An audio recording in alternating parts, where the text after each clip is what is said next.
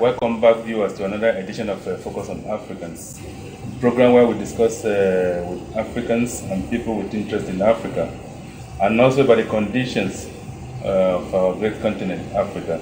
Today we're in the center of Accra, and we're going to be talking with one of Ghana's leading businessmen, and he's also a traditional chief. Viewers, please help me welcome Nana Dankawoso. Thank you. Focus on Africa. Thank you. Thank you very much, Nana, and we very much appreciate your taking time to meet with us. Yes, sir. And granting us audience. I know you are very busy, man. Yeah. So let's start. We start this program by asking our guests to introduce themselves. Who is Nana Apiaje? Interesting. Thank you, my dear. Thank you for the greatest opportunity. Okay.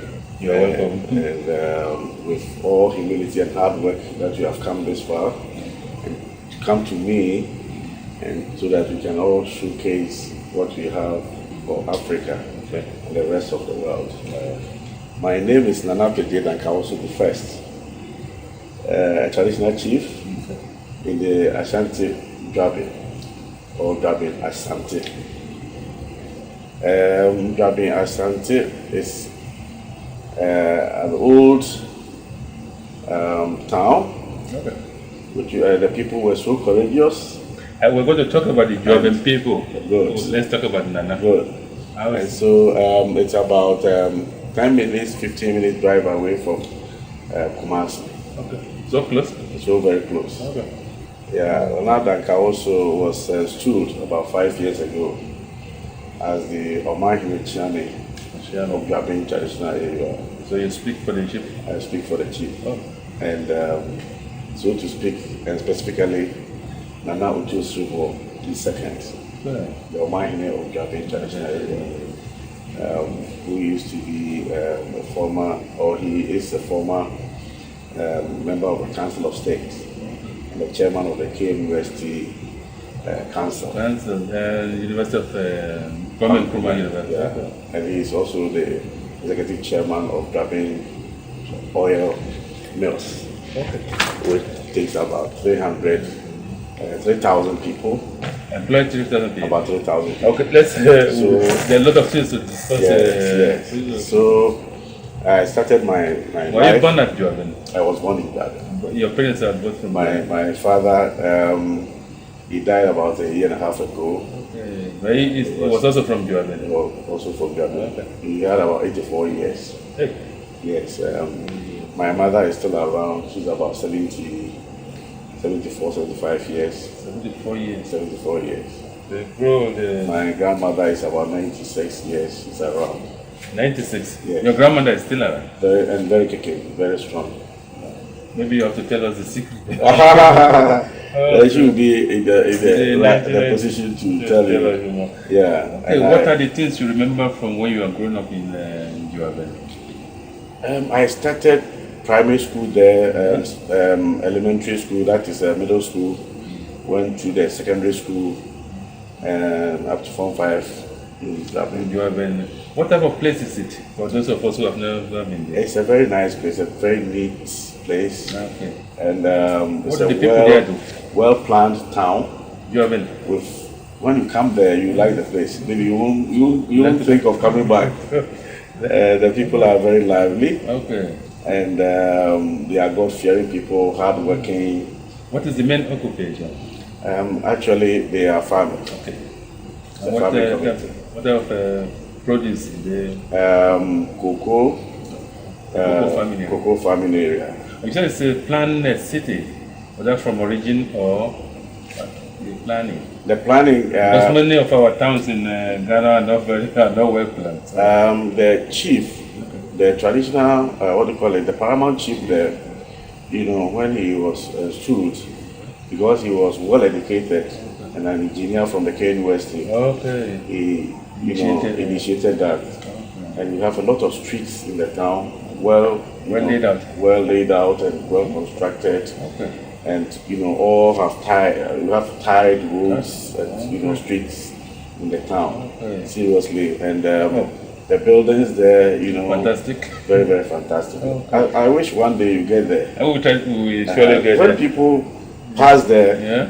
and they get to know that there's such a nice town like this, they, you know, they are marveled and want to know. It's interesting to see those type of places. Yes, I hope you have also heard of a Dubai. Yeah. That's where he comes from. The professor. When you go there, Yeah. you said you go there, you see the tomb. Professor Dubai, yes. One of Africa's Yes, historian. and one Justice Strabo, Justice Strabo, yes. Yes, he started the Morning Star School. You see the tomb. It's very close to my father's tomb. Oh. So you have important people. Just you know, there's a line, you know, between his and that of my father. Okay. So the place is nice, and the people there, especially the elderly, are very, very. They encourage people seriously. When I was growing up, he called me to encourage me. I wish they give advice. It looks as if you know they knew I would become you know a very prominent person in life, and they are you know so wonderful people. So is that something that is still continuing? It is. So do you also encourage yes, yes. For me, because of what I had from the elders, I'm also emulating. And in my case, I have a Kifi club there, about 120 people. Oh, belongs members. Members, and I use that platform to you know advise them, and then also to help them to get you know continue their education. Those who want to learn trade and vocations, we also support them, and then you also use them, you know, to do communal work. Okay, that's very important. So there's still a sense of community. Very well. Okay. And as a chief, please can you tell us briefly about the history of the Yoruban people? Yeah, Yoruban people, they are, as I told you, they were very, very courageous during the ancient time, the war time, and there was a war between Kumasi and that of Jabe. Okay. And that brought about, we went to a war, and we found a goat, like Oware, draft. And we did not send it to Kumasi because Kumasi was our head, but we cut the head of that chief, Tim Jakare. So we brought it to Jabe. And so the Kumasi people said, no, we have to bring it to Kumasi. We said no, and they came and fought with us. And so you were under Kumasi, but you refused to pay homage. Yes, yes, and there was a great fight between Kumasi and the people. And so all the Asante kingdom, the others also supported Kumasi people, and they fought with us and they conquered us. And so most of our people, you know, fled to New Gabe, Koforidua. That's why we have the New Gabe here. Okay. So a lot of our people fled from there and settled there. You know. Yes. So the same people, the same people, As I speak with you, the chief there, New Gabe chief, is a senior to. In terms of age, it's a senior to that of the Gabe. Okay. And now, that's the contact. No, they are brothers from one same mother. They come from the same, you know, uterus.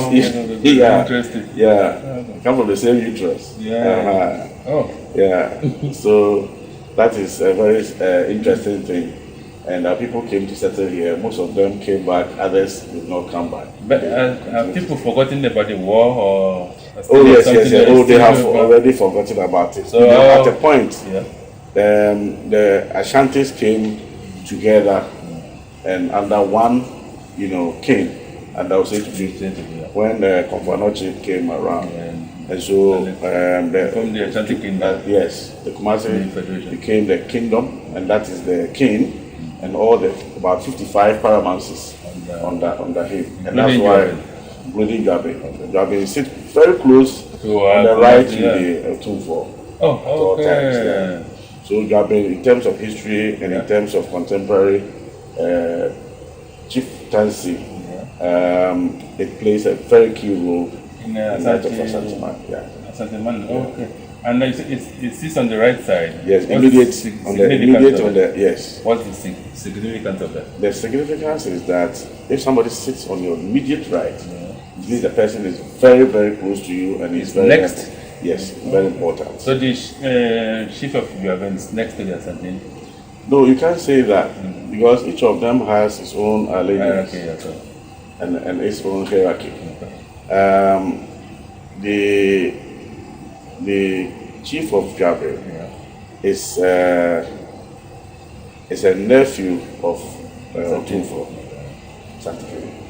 Is that does it mean that every Juaben chief sits on the right, or is it a personal relationship between them? No, it's the paramount. Okay, that's what whoever comes to becomes a Juaben is next. Yeah, okay. And then Mampong also on the left. Okay. Right, that's the silver stool. The silver stool. The silver stool. You have the golden stool and the silver stool. The golden stool is Otumfo. Yeah. Yeah. Okay. Yeah. You had your primary education. Yes, sir. Please, can you remember? What can you tell us about the first day? My first day at school, I can't remember very well. Actually, they sent me there. Who sent you there? My aunties sent me there. Yeah. Not because they were sending me to school, but they were sending my sister to school. Yeah. And when I got there, I said I won't come back. Oh. And so I joined them. It was a morning and afternoon session. Was it allowed? The headmaster there used to be my father's friend. So I was in, a serious, unqualified, You were unqualified. Underage, but he allowed. And then during the afternoon session, they dressed me well and sent me there. And so the headmaster said, "Oh, if you allow me." So that's how you started. That's how I started. Do you remember how old you were? I think I was about 5 years. Okay, and then from then that was the beginning of your so he said, "Oh, let them allow me to be there, and then when they are going to class 2, they will leave me behind." Meanwhile, when they were going to class 2, I joined them, and so it followed like that. Yeah. And then, what are the things you remember growing up in Juaben? What are some of the things you remember doing as a young guy? Seriously, I come from a very humble home. And so things were not all that good. And what I really remember is my Christian lifestyle. My father, initiated us into the Methodist Church. Okay. So all our lifestyle was the church and the family life, that's all. And he did not allow us to pick friends on our own. It was very strict and disciplined. Very, very strict. He was a very stern person. What did your father do? My father was he was a diplomat. Oh. And and he used to work with the cocoa board, CFB. So he was the cocoa board, yeah. So he was a purchasing officer. Okay. Yeah. And your mother? My mother too was a trader. Okay. How big a family did you have when you were growing up? We were about my father had 12 children. 3 from my mother and 9 from the other one. He used to be there. You had a big family. The first wife. And then plus the extended family. Plus the extended family. So what was life like in Juaben then? What was the social life like? It was a communal life. No television in those days? Or was there television? It was like what? No television. Oh, television. No mobile phones in those days. No mobile phones was not popular. I mean, when you were growing up? Yes, my father, initially he did not have a TV, but he had a radio, and because he was more enlightened, he took us through so many other things, and he was teaching us, the Bible, biblical issues and all that. And secondly, the town itself had a TV at a central point. Yes, so all of us would go there and watch, That was the social life. Yes, social life. We go there and watch, especially for news, and sometimes we go and watch movies, also for Dazi, which used to That's be how you amused yourself? Yes, it was a very nice thing. How about farming? Did you go to farming? Yes, very well, because that was the mainstay. So we were going to farm almost every time. And then during I think when I was at secondary school, I had my own farm. Oh. Yes. What did you plant? I planted corn and cassava. Later on, I planted garden eggs. Yes. So you learn by watching people? Yes, yes, perfectly. The farm belongs to you? Or you... Yeah, it belongs to me. I did it myself. I wanted to use it as a support, to buy books and, attire and those things. Was it successful?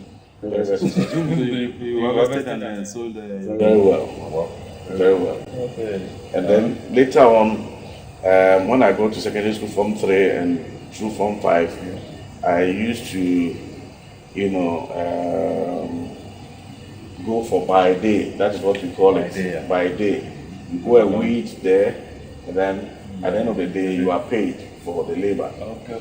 Yeah, and that one, I was very prominent in that. When you were in secondary school? Yes, when we vacate. Okay, when vacation? Yes, vacation. We go and... Was that a popular pastime then? It is. It was. To earn some pocket money? Yes.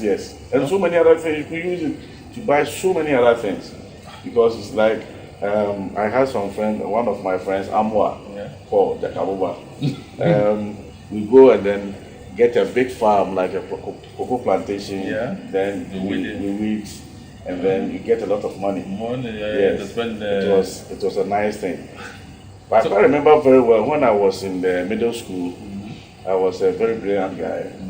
And they gave me a lot of awards. And that one I will never forget. I had about 3 awards. Yes. Do you remember the subjects? One was in reading. Okay. The other was English language. And the other one was best behaved boy. Coming from the discipline from home? Yes. Okay. Oh, congratulations. Yes, thank you. But when you look back at Joaben, what are the things you missed? When you were growing up, my social life, in fact, the church programs. I grew up to become a choir master in the church. A choir master, yeah. And I'm a good voice? Very good voice. Okay. Baritone or... I sing, I can sing all the parts. Yes, before you can become a good choir master, you are supposed to sing all the parts. Because you have to use all the parts to teach, those things. Especially when I got to the secondary school Form 5, I was the choir master. Yes, Lumba was my senior. Daddy Lumba? He was my senior and he was the choir master. Really? So you learned from a big master? When he was a choir master, I was a choir member. So it was a nice thing, yeah. Do you still have contact with him? Yes, the last time I met him in the plane. Okay. We were in flight. We were going to Kumasi. Okay. We met. In fact, it was a nice time. You remember? Very well. Okay. Yes. So the place has become. You see, these days you can't have those friends around. Everybody has moved on. Yes, most of my classmates don't see them. Yes, most of them have moved out, and most of them are not around. What are the biggest changes you noticed in town when you go there? The biggest change now is that everybody, that place. One thing from my place is that everybody wants to, get to the top. There's competition. Yes. Natural competition. Yes, especially among the youth. And they want to be the best. The best. Okay. So that which is a very good thing. It is. You make a lot of successful. Yes. A lot of. In fact, if you come to my hometown, you like the place. Okay. Everybody wants to do something, especially in terms of education, in terms of vocation, trade, and all. So the guys, yes, most of the guys there are very, very, hardworking. Is that unique to Joaben? Very, very unique. They are very hardworking. Very, very hardworking. Very, very hardworking. They place a lot of premium excellence. Perfectly. And then, did you go to secondary school then? Yes. 1982. I was enrolled, I passed the common entrance, and I had a scholarship. Okay. And I went to David Secondary School. Wow. Yes. What was the experience like? It was nice because even though I was a day student, I was elected as the class prefect. From class 1? From Form 1. From Form 1? Yes. Okay. So actually, and before I came there, I was a school prefect at the middle school. Okay. So my you've leadership always been a leader. Oh, perfectly. That one I can assure you of that. Because it started from class 3 when I was appointed as the cupboard monitor. Cupboard monitor. Okay. And then class 4, cupboard monitor. Class 5, I was the bell boy. And then class 6, I was the assistant junior prefect. Yes. And then we forwarded to the middle school where I became the school prefect. Wow. And then from there I became as we went to the secondary school, I became the class prefect. Where people come from all walks of life to come to Form 1. Some from the international school. But I came from the Saito, And you were made a prefect? Yes, it was a nice thing, and I enjoyed it. What functions do you have as a class prefect? One of my functions, or some of my functions, were, first to mark register of my mates. Everybody look up to you? Yes, and then also when we have a class and the teacher is not coming, you have to go and call him. And then when there's any assignment for us to go and tidy up the compound, I lead my class to make sure everything is done. And that's quite a responsibility. It's a serious responsibility.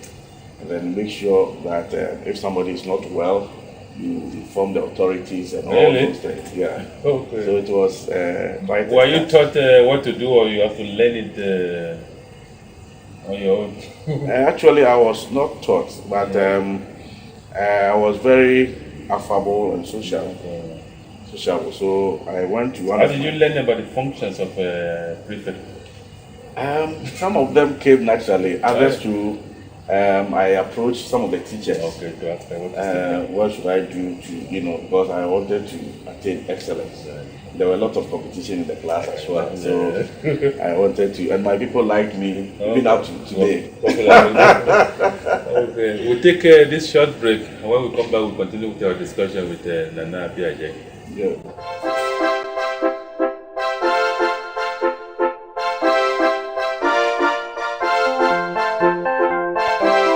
On this program, Focus on Africans, hosted by the popular Pan-African writer Femi Akomolafe, who has devoted his entire life to championing African cause.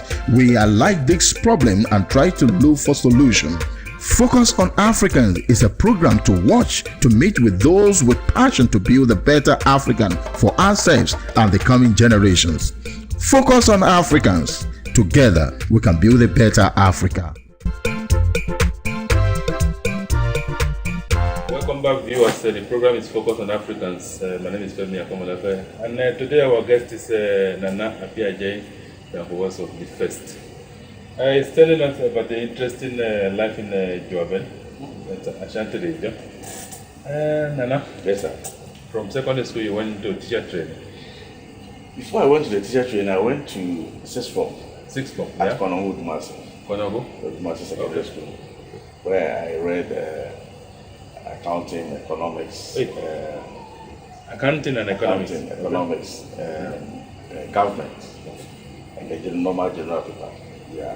For what? For 2 years. For the A level? After that, yes, A level. Okay. So after A level, things will become very difficult financially. Okay. So I was posted to Techima to go there to do my national service, where I met a friend who is now a lecturer at KM University. He had a better grade than mine, but he insisted he would go to the training college. I said, wow. So I had an auntie who works with the teacher education division in Accra.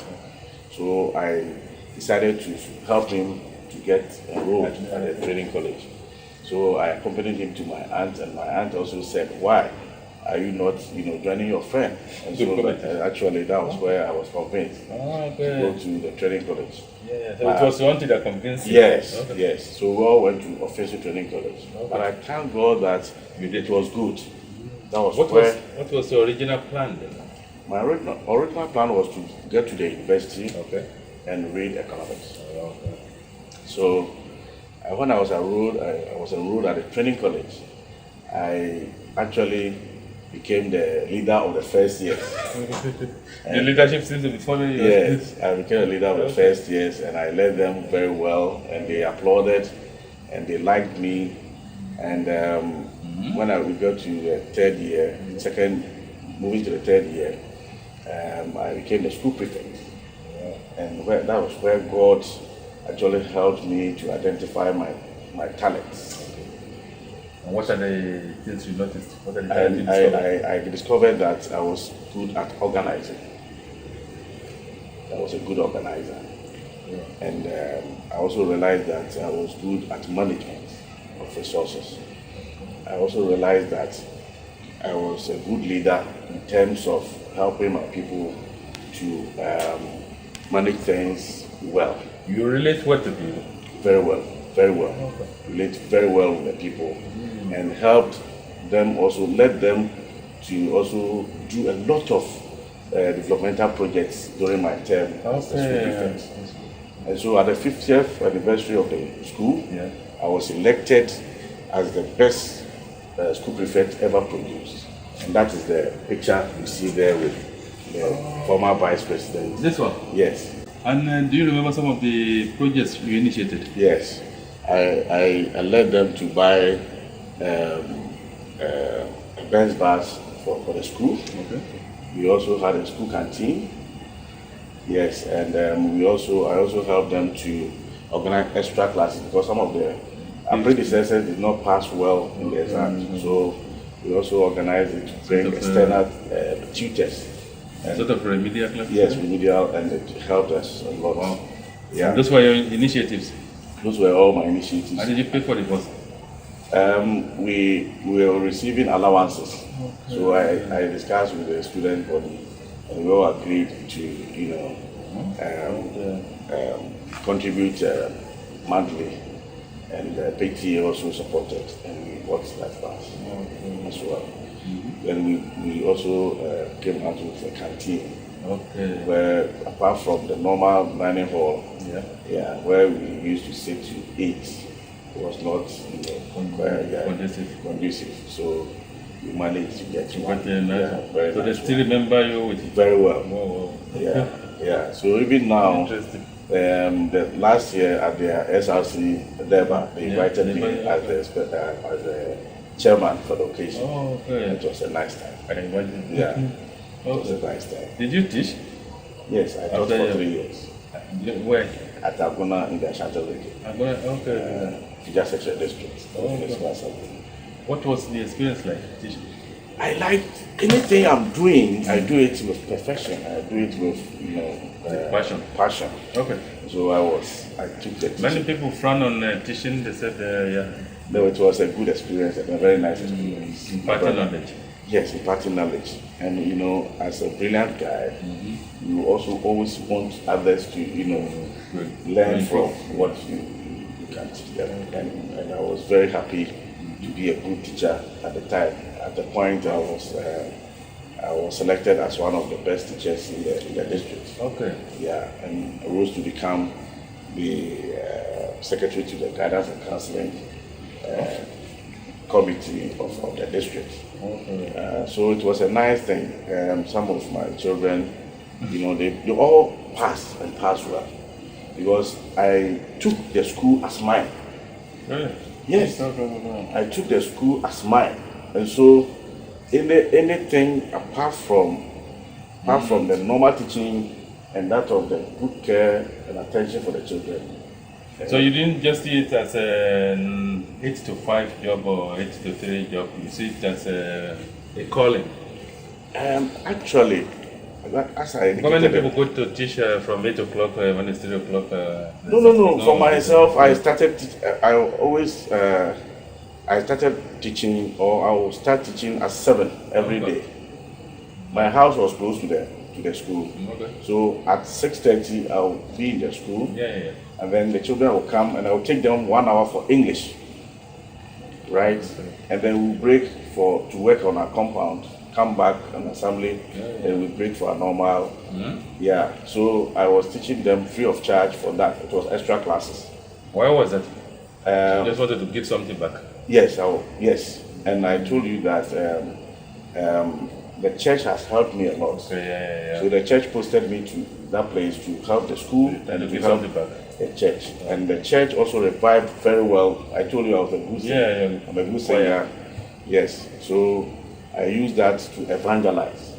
And there were a lot of people who came to the church. Yes. And that was my satisfaction.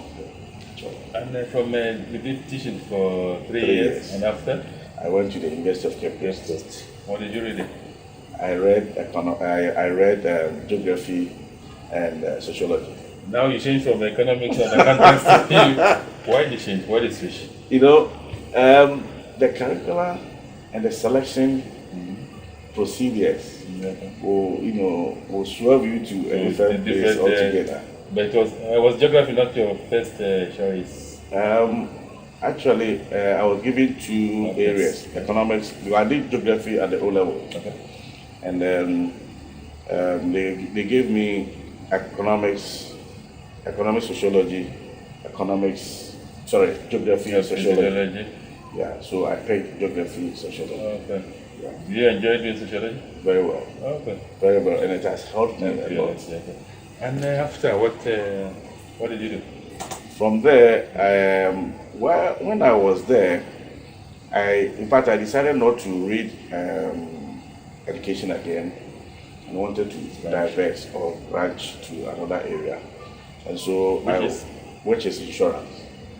Okay. So insurance from there. Yeah. Even while I was in school, I was having vacation employment with Vanguard Assurance. Okay. And that gave me the interest in so much into. You seem to be a person with different ideas all the time. Yes, very well. You were teaching, you were thinking of accountancy, economics, now you moved to geography, sociology. Yes. Now you went to insurance. Yes, I've come back into finance. So I did my master's in finance and financial management. And since then, you've been in insurance business? I've been in insurance business with Vanguard group of companies. Please tell us a bit about your professional life. What have you been doing after you graduated? While I was in school, I was doing this vacation employment with them. So it gave me the flair and the interest in Vanguard. I want to pay tribute to Nana Dankawoso I, who was the consultant of the traditional area and founder of Vanguard group of companies. Okay. He used to be my mentor, and he helped me a lot and brought me to this insurance industry. Yeah. And this man gave me all the encouragement and support. And when I came out from school, when I was at the University of Cape Coast, I was the president of the Ashanti Students Union. Okay. And through that, I did a lot, and then came up with a policy that we construct, a hostel, or a hostel for the students wherever you come from. It's not only Ashantis. Okay. And the lecturers saw it as a very brilliant thing. Okay. And so they were all supporting me. You're still at the University of Cape Coast. Still student hostel? Students hostel. So we had a land from there, and when we were about to start, my time came to an end. Oh, okay. And So I finished school and came out. My so experience. You didn't see the fruition? You didn't come to fruition? No. My successor came, and I don't think he was able to, because I was no more there. Nobody to drive it. Yeah. Okay. So now I don't know even where it had gotten to.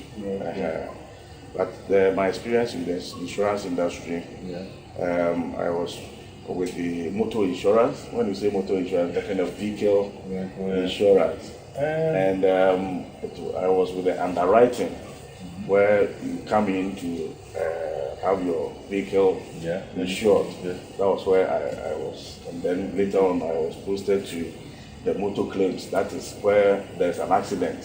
Where you come for the claim. And that helped me a lot because of my affability and then with people. They liked and the way I was treating them, because anytime they are serious and coming with and that was where I liked the work, because I took it so kindly, and they were so happy. Okay, that's the question I want to ask. Sorry, sir, but insurance has got very bad reputation. Yes, it is. So when they want your money, they give you a small sheet of paper to fill. But when you want to claim something, they bring an encyclopedia. You have to.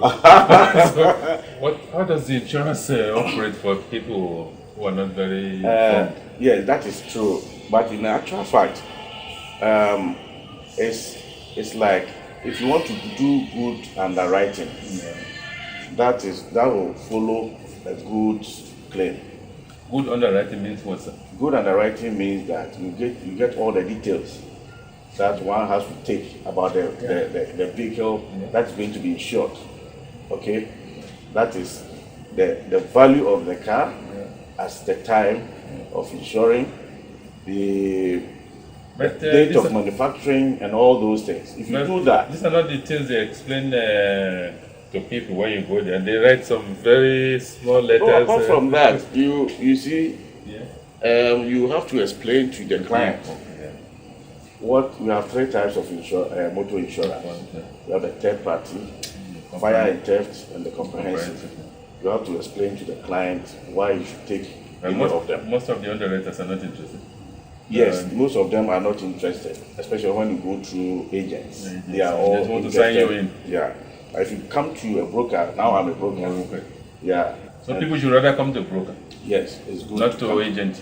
No, not at all. Yeah, because I have friends who have experienced this thing when they go to agents. In fact, the broker is a company, right? It's a company. Yeah, it's a brokerage. It's a company. So even if I'm not here, there are other people who attend to you. Okay. And if you go through an agent, if the agent is sick or is dead. But as a broker, are you able to act with the force of the insurance company? Why not? That's so you our can work. pay people. Yes. Okay. And we stand in for them as your lawyers. Oh, okay. These are things that people are not very aware of. Yes. I hope our viewers yes. will learn from yes. this. Yes. So actually, I was good at the claim side. Okay. And people liked the way I was handling things. And sometimes they prolong and delay, undue delay of the claims and all that. Yeah. But I tried my best, and my company was also up and doing Vanguard Assurance. In fact, they were, as up to date. They are at forefront, in terms of in Ghana. Yes, okay. In terms of claim payments. Okay. Yeah. So this company, Marine General Insurance Broker, used to be the first insurance brokerage company in Ghana, established in 1968 by the owner of Vanguard Assurance Company. Okay, that's the way you manage it. Yes. So the man there liked the way I was working. He seconded me to come and be the acting managing director for 3 months. After 3 months, he said I should continue for 6 months. And for 6 months, he went again and said, no, you are not going nowhere, and you have to be here to manage. And we were somewhere at Tudu, a small office. The same building with Stanchas. But now you're in a now you see where God has brought us. It's a very magnificent. Yeah. So through hard work, through humility and God-fearing, God has brought us to this level. Yeah. So I want to tell your viewers and your readers that with God-fearing, humility, and hard work, God will take us to a very big position and a very unknown destination that will be dear to our hearts. So you think those 3 are very essential to become very, successful? Very, very essential. And aside that, there are certain secrets of success in life. Okay. That one, maybe we'll talk about that later. No, maybe our viewers also can benefit from that. The first thing I will talk about is that is the secret of success in life, is that you need to renew your relationship with God. Okay.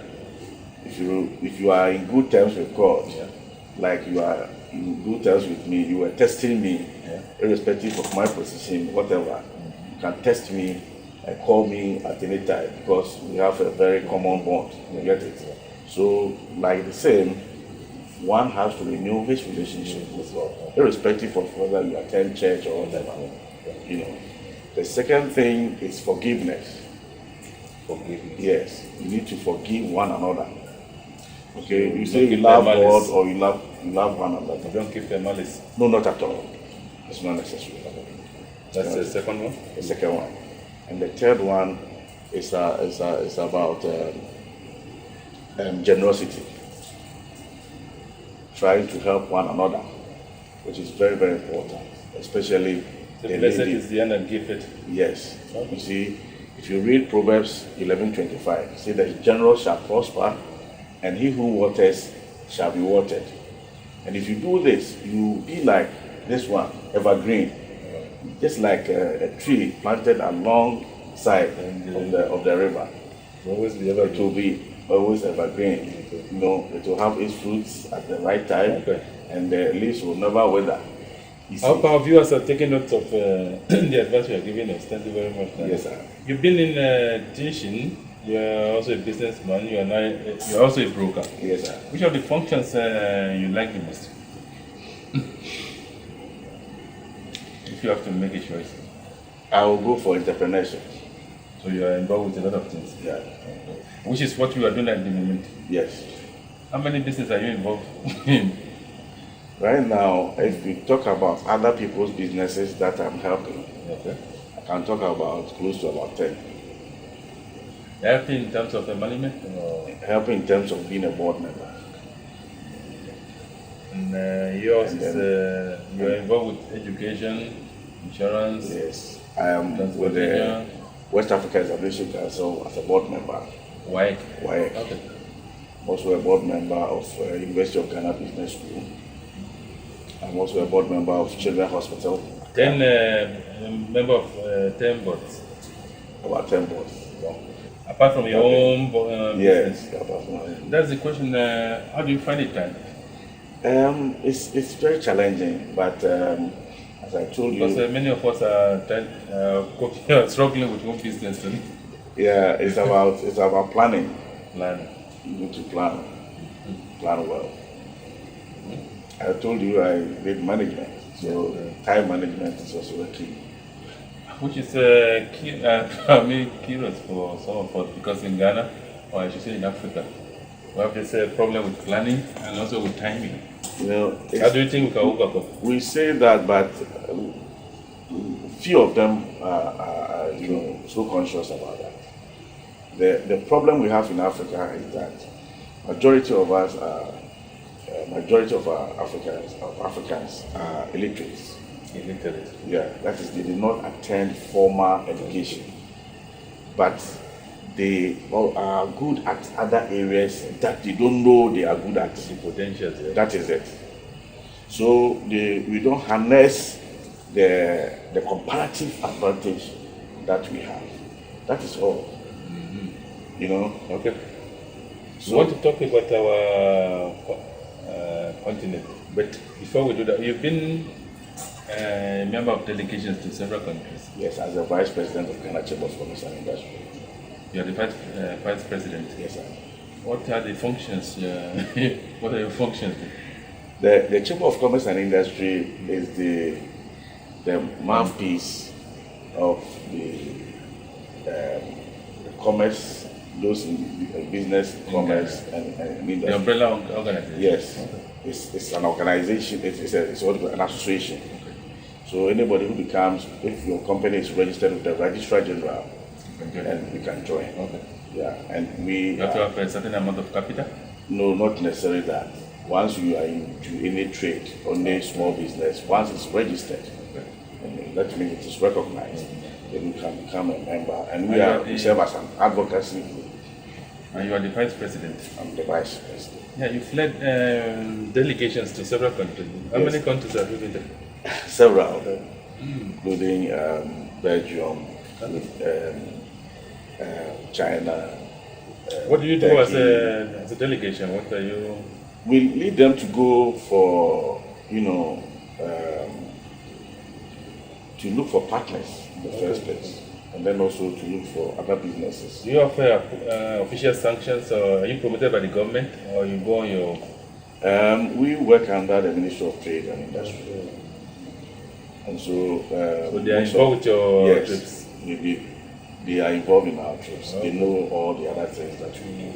And you also sometimes go with the official, yes, like the president or the perfectly. president? Okay. Most of the times we go with the government on official trips abroad. Several of them. Okay. And in most cases, if they are going and we are not going, they don't feel comfortable. Okay. Because the entrepreneurs and the business people there think that they have more confidence in us, private sector. the private sector, and because the government can go at any time, but we are there almost every time. and the president more permanent. Yes, we are more permanent. Yes, especially when we went to Turkey, they were so amazed to see us around. Really? Yeah, and that's why the president, the current president, when he assumed position, he saw the need to come up with a private sector development council. Okay. And that was when it was the 19th of September. I was a member. Yes, that was when I was. And I was elected as the leader of the private sector to the council. So there's a private council. Private sector development council. Advising the president. Yes, advising the president. The president is the chairman of the council. Okay, there are a lot of things we still have to discuss about. We'll take a short break, and when we come back, we'll continue.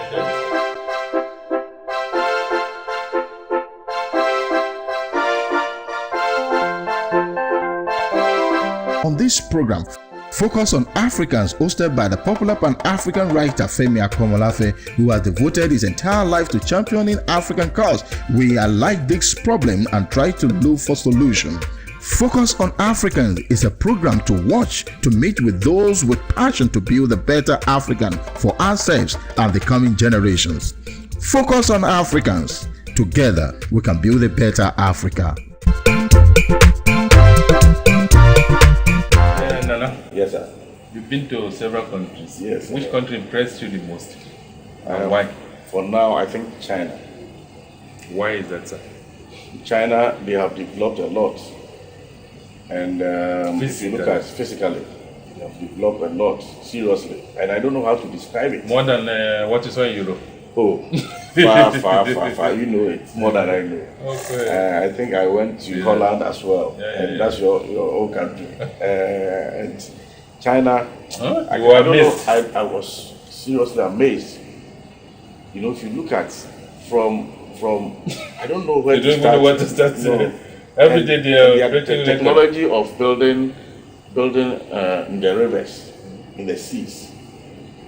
You see them, building, magnificent buildings in the sea. They don't feel intimidated by. No, not at all. And they have created so many areas for tourism. And my brother. And everything there is cheap. The economy is cheap. I'm telling you. We see the products they bring to us every day. And I was very happy because when we went there, I had the opportunity to meet the premier of China. Oh. And he had, what do you call it, wine with me. Oh. It was you nice. Have a picture? I don't know whether, And then the premier. The premier of China. The prime minister. Then the prime minister. Wow. Yeah, it was a nice thing. I imagine. Almost every day there are new records broken by China in terms of infrastructure. Seriously. We finished at the Beijing. We went to Wuhan.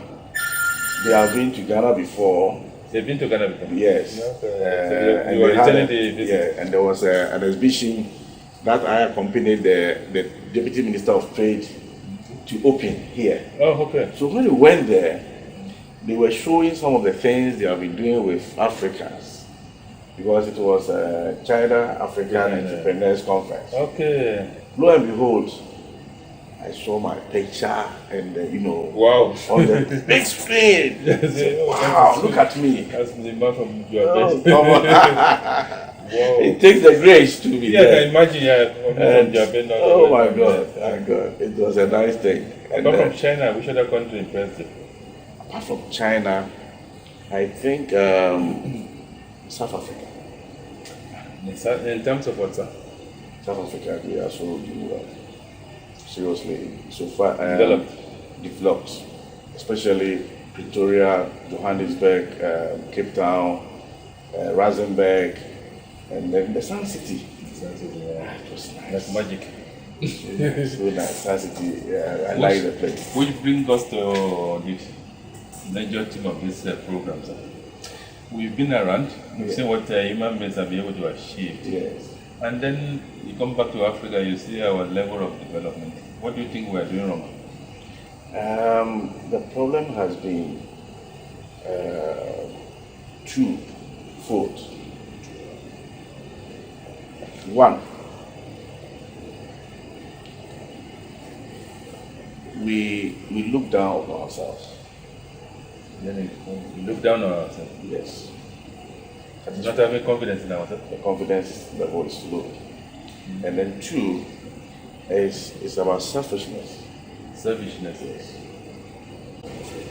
And what are some of the things you would recommend we start doing? The first thing that we can do is to build the culture of nationalism. And it used to be taught at whenever this theological something to make people patriotic and yes. It has to be revived. Yeah, and very well. And then also that's civic education. Yeah. Civic education. What should form part of the curriculum for the civic education? It's all about, you see, Nkrumah started something like that. It was working. Yeah, whoever you see in the country, there is no ethnicity. You go to boarding school, you see, somebody. Yes, we are all Ghanaians. There's no line. That's not. It's not there anymore. No, not at all. You are a member of you are the first president of the Ghana Chamber of Commerce. Yes, sir. You have access to our leaders, our political leaders. Yes. What are some of the things you discuss with them when you meet them? Actually, when we meet them, we try to tell them what is pertaining on the ground, especially the hardship among the people. We tell them, especially about poor education, the quality of education, and then the level of means of accessing credit, especially that one is small, medium scale businesses. And I was championing this when I was the chairman of the Ghana Chamber of Commerce. Okay. The chairman, that level. You didn't listen to it? Actually, there are a few of them who listed, but you see, it is even if the base rate, of the Bank of Ghana is about, and the government doesn't have the power and the will, to talk about it. Why not? There are so many other factors that influence that. So we are all doing our best to encourage our people so that they could get better access of credit to improve our life. But they travel outside, our government officials, I mean. They see what is happening in other countries. They went with you to Turkey? Or did you go alone to Turkey? No, sometimes we go with the government. Yeah. Sometimes we will go with our members. I mean, our officials see what is happening in other countries. They see it, but you see, it's one thing having it and another managing it. You get it? But at the moment we don't have. We have it. I mean, but how to manage? I mean, we have problem. The problem is with giving ourselves electricity. Brother, we had more than necessary. Electricity? Yes, we had more than. We're not distributing them. We're not generating. You see, if you go to China for now, most of the electricity they have now is through solar. Yeah. And we have light, and we have sunlight. And there's more solar or more sun here than they have. But what have we done? Whom do we blame for this situation, sir? I told you, planning. I had an experience traveling from Cape Coast to Kaswa. And there are two universities, one at Cape Coast, one at Winnipeg. The whole place was dark, and I was asking why can't this they're waiting for government, but we have two universities there. Why can't they think of building a So, what are our academics doing? What are we doing as an individual? That is another area.